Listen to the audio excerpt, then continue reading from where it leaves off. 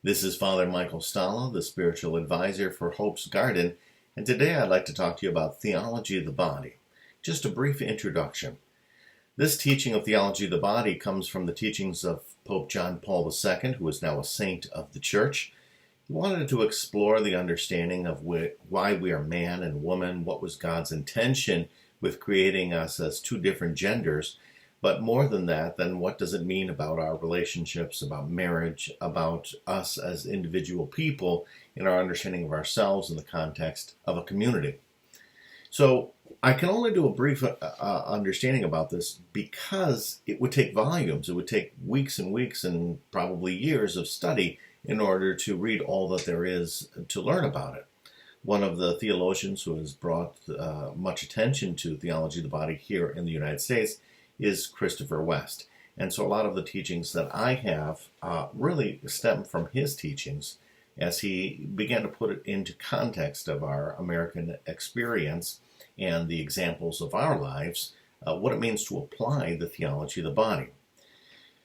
Well, let's start from the beginning. There's a group of people that come up to Jesus and they say, is it lawful for a man to divorce his wife for any reason? And Jesus says, well, what does Moses have to say about it? And they say, well, Moses said it was allowed. You could write a bill of divorce. Jesus says, it is true that Moses gives you permission, but he gives you permission because of your hardness of heart. But since the beginning, I tell you, it was not so. And what's he talking about? So in the beginning, he's referring to Adam and Eve. He's talking about the plan that God had for humanity.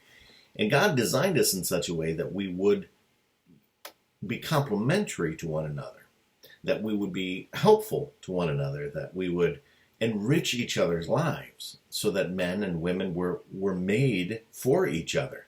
And it wasn't God's intention that we would end in divorce, which is not surprising to us. After all, who would ever get married intending to get divorced? That is not our plans either. It is a sadness. It is some sort of level of failure on the human condition that we do often end in divorce. And Jesus describes it as a hardness of heart, that when our hearts become hardened, they're no longer pliable. You know, when we are soft-hearted, we have strong feelings. And he understands that because of the pains that we have experienced, sometimes we try to defend our hearts.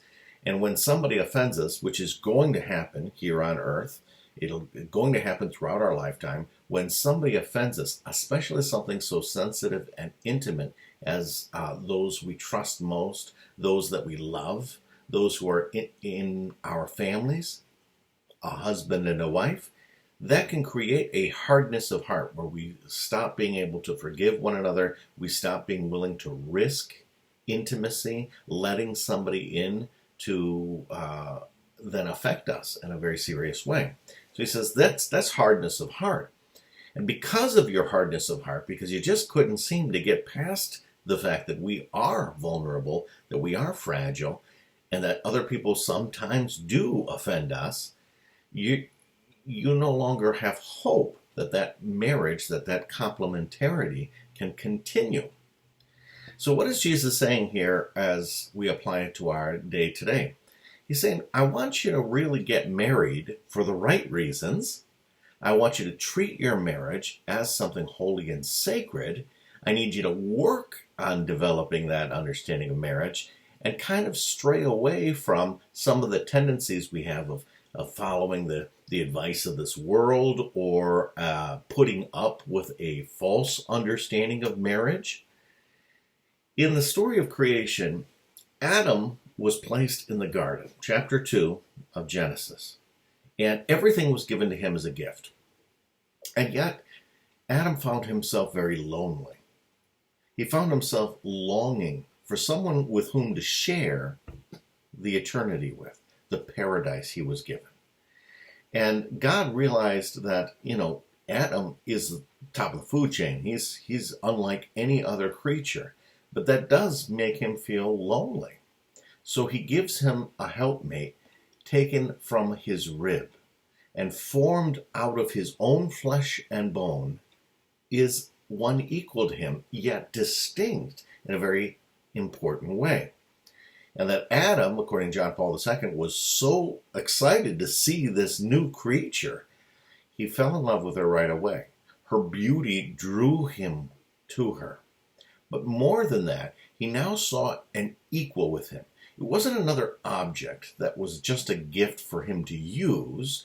This was a person, someone with whom he could share. In fact, Adam saw himself as a gift that found nobody worthy of the gift of himself until he met Eve.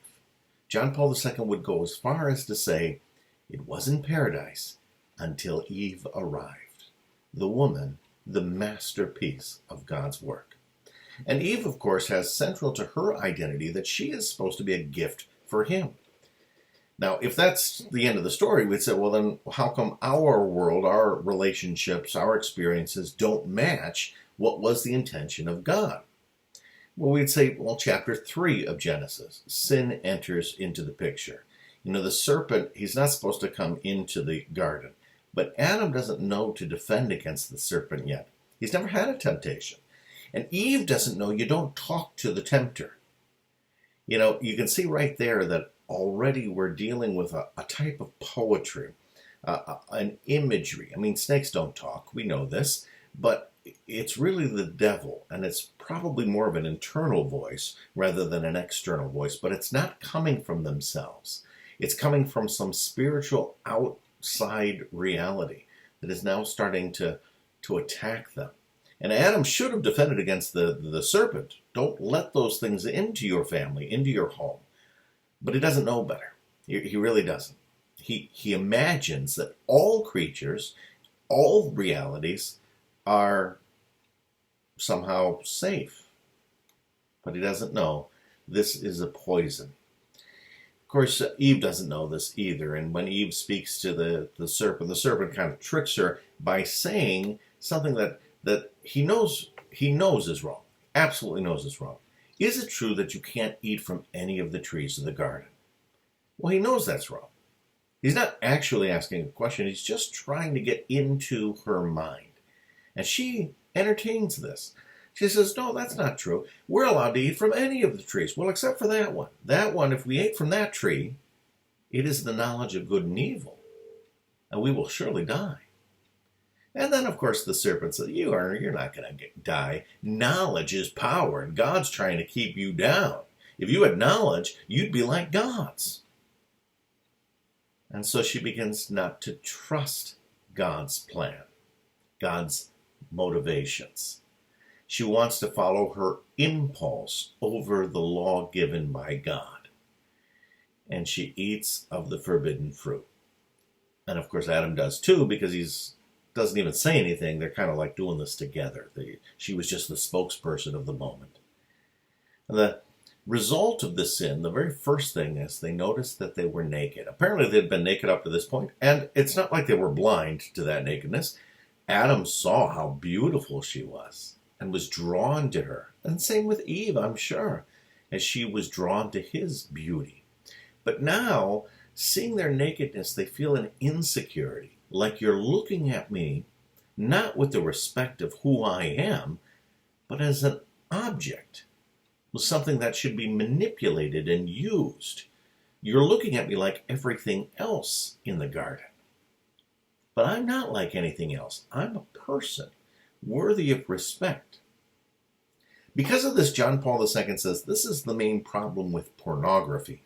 Pornography is taking a person and making them into an object that is pleasing to the eyes, that is somehow brings about in us this desire for the flesh, but not really seeing the fullness of the person. He says the problem with pornography isn't that it shows too much, but that it shows too little of the actual person.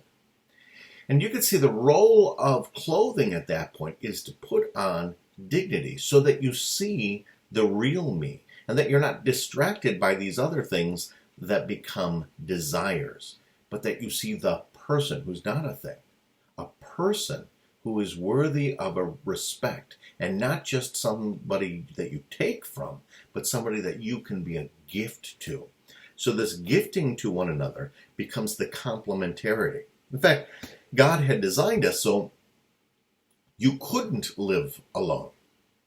You know, nobody has all the gifts. Every time you find that you're lacking in some way, maybe you're not very good at mathematics, maybe you tend to be more emotional and therefore having a difficult time making decisions because your emotions kind of take over, or you're seeing that I just step on people's toes, I say the wrong thing at the wrong time. That every single time you find something that you're lacking in becomes an opportunity to invite somebody into your life to balance you out, to complement you. Our goal is not for us to then start thinking that way, to say, okay, well, we're going to, become Superman. That's not the goal, but how do we work as a community? And in a particular way, for the understanding of myself as a man, I need to have a woman in that relationship. And for marriage, we might even say, well, a man by himself could never have children, and a woman by herself could never have children. They need each other, and that God wrote it physically on their bodies like a lock and key. And we even look like a lock and key, that they fit together perfectly so that something could be unlocked that otherwise would not be accessible. And so the act of becoming a gift for somebody else really brings about the fullness of who you were meant to be as God originally intended it. But it does require us to avoid that tempter, avoid that desire of putting a person as a thing that I use, and remember that they are a person worthy of the gift of who I am. That is considered a blessing. A blessing is right in the beginning, God blesses man and woman and says, I want you to be fruitful and multiply. How many times do people now think about our sexuality as being somehow distinct from fruitfulness? And looking at fruitfulness, having kids, getting pregnant, as being a curse of some sort. Something that should be avoided at all costs, and that we should seek the pleasure but not the responsibility. John Paul II would say, no, keep those two together. Always keep them together. And if you don't, if you think, well, with modern science and the ways that we can handle things, we can separate those two, there are consequences to that you might not have considered. All you thought was, I will get pleasure, and I will not have children, so I won't have responsibility, I won't have consequences. But you miss the fact that the act of kind of betraying the purpose of our sexuality, the purpose of being a man and of being a woman in relationship to each other, we end up breaking each other's hearts. And we could feel it very deeply. It feels like a betrayal on the deepest level. We begin to lose a sense of our own dignity. We begin to feel like, am I just an object? Not only trying to defend ourselves to say, I'm not an object, I'm a person, but starting to believe it. Maybe it's just a transactional relationship. Maybe I offer you this, you offer me that, and that's the end of this relationship. Instead of seeing the beauty of what God intended, that you would find the fullness of your dignity. So the clothing that they put on was not really meant to say, I need to hide myself because I am not dignified, but that I'm having a hard time seeing you and you seeing me as the dignified person I am. So being clothed, we use this imagery throughout the scriptures, is kind of a way of saying, I'm putting your dignity back on you. And think of somebody being given royal clothing, and they're just, bedecked in jewels. Or if you have the prodigal son, and he comes home and his father throws a cloak around him.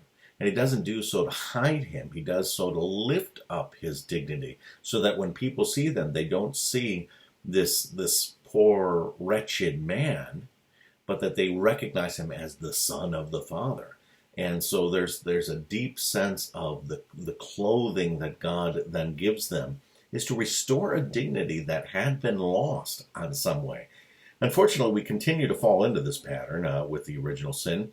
But then in the modern day sins, we have this idea that we can separate sex and love, sex and family, sex and the responsibility we have for each other, and that it has less and less to do with the actual being a gift for each other, and more to do with what I can get from somebody, the manipulations that happen. And we see this, in the way that we do our advertisements, in a hookup culture, and then it starts to kind of enter into marriages, where people think, well, now we're married, I can do whatever I want with you. And that, of course, was not God's intention. And if you're not pleasing to me, then I have a right to walk away because you're not doing your part of the transaction. I'm not pleased. I'm going to go find somebody who does what I want. And again, Jesus said, you could see that's a hardness of heart. And the more that the other person continues to either play along with it or resist it, you have like these two different worldviews about what marriage was supposed to be. And one can get resentful. Why do you keep treating me like an object? With the other one saying, why do you keep denying me the things that I want? And that is kind of a breakdown of what marriage was meant to be. And this is, of course, what leads to divorce. It's not always about sexuality, but it is a sense of this like power structure. You think about Adam and Eve, well, why did they want to be like God? Why did they want knowledge of good and evil and to somehow doubt that God wanted only what was good for them? And why do they want to break the rules so that they could like surpass their current nature? It's a power struggle. And the tempter is constantly trying to poke at them to say, do you really trust God? Do you really think that this is all you could be? Don't you think you could go beyond what you are currently? And so I think there's a place for ambition to work toward the fullness of who we are. But Jesus would say, God's plan from the beginning was that you would be a gift for each other, and that will bring out the best of who you are. But once you try to get into this dominating one another, who's really in charge and who's using who, and the old resentments that kind of kick in because we feel betrayed, divorce is going to happen out of a hardness of heart. You begin to try to defend yourself from ever being hurt again. And I suppose that's like the truth of our reality in our relationships is there's a lot of pain. It's not a fairy tale. Every time that you let somebody come real close to you, there are times in which they're not careful with that. And Jesus has given us a kind of a new way of approaching this. I want you to aim toward being tender and loving and, sometimes merciful. But he doesn't want you to do that to the extent of saying, I want you to separate love and responsibility. That's not acceptable. Or to say, well, I love you, so I'll let you use me. No. Or I love you, so I'll manipulate the situation so that I'll be happy, and that'll be love. That's not the same thing. And besides that, you never actually end up happy. I mean, relationships that are like that just become toxic very quickly. So this is what we're seeing in our modern days. A lot of marriages influenced by a culture around them begin to look for goals that were not the original intention that God had for man and woman in their relationship with each other. And it becomes a power struggle, and eventually it disintegrates and breaks apart out of a sense of defending ourselves, defending our own dignity that we feel is being violated. And Jesus, on one level, you'd say, well, is he saying we should never get divorced? He doesn't actually say that. What he says to us is that was not God's intention. And to kind of draw us back to God's intention rather than who is right, who is wrong, who is righteous, who is guilty. But draw us back to God's original intention. And I really believe that if couples, from the time that they're dating, from the time they're young, had approached romantic relationships with that mindset, what is God's intention? What is the beautiful vision he's giving us? We would have far healthier marriages, far healthier families, far healthier sense of ourselves. And it is now like a work trying to repair a lot of the damage that has already happened in us from the time where we were young, from the culture continuing to feed us these lies, from the tempter who continued to pokes at us. And so we are kind of working against the stream here. We are trying to do something countercultural. And John Paul II pointed it out to say, this is poisonous. We need to get the poison out of us. And the key to doing that is going back to what God originally intended for man and woman, for your happiness, for your dignity, for a sense of being a gift, complementary gifts for each other. God bless you all.